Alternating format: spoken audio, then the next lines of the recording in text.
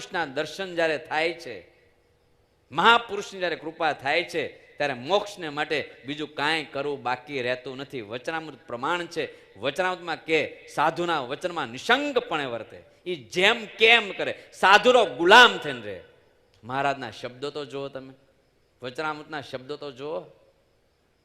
સાધુનો ગુલામ થઈને રહે, સાધુ કે એમ નિશંકપણે વર્તે. વચનામૃતના શબ્દો છે. મહારાજ પ્રથમના 54માં શ્લોક ઠેઠ કપિલ ગીતાનો લાવ્યા છે. કપિલ માં દેવહૂતિને કહે છે પ્રસંગ મજરામ, ભગવાનમાં પ્રેમ કરવાને માટે કોઈ આવા ઓલ્યા સાધુમાં પ્રેમ કરી દો. બસ કોઈ સાધુને પકડી લો. ભવસાગર તરવો છે, નાવ જોશે,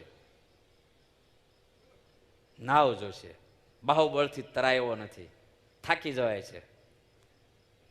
ગરુડ આવ્યો હોય, એની પાંખમાં મચ્છર બેસી જાય તો વૈકુંઠમાં પહોંચી જાય.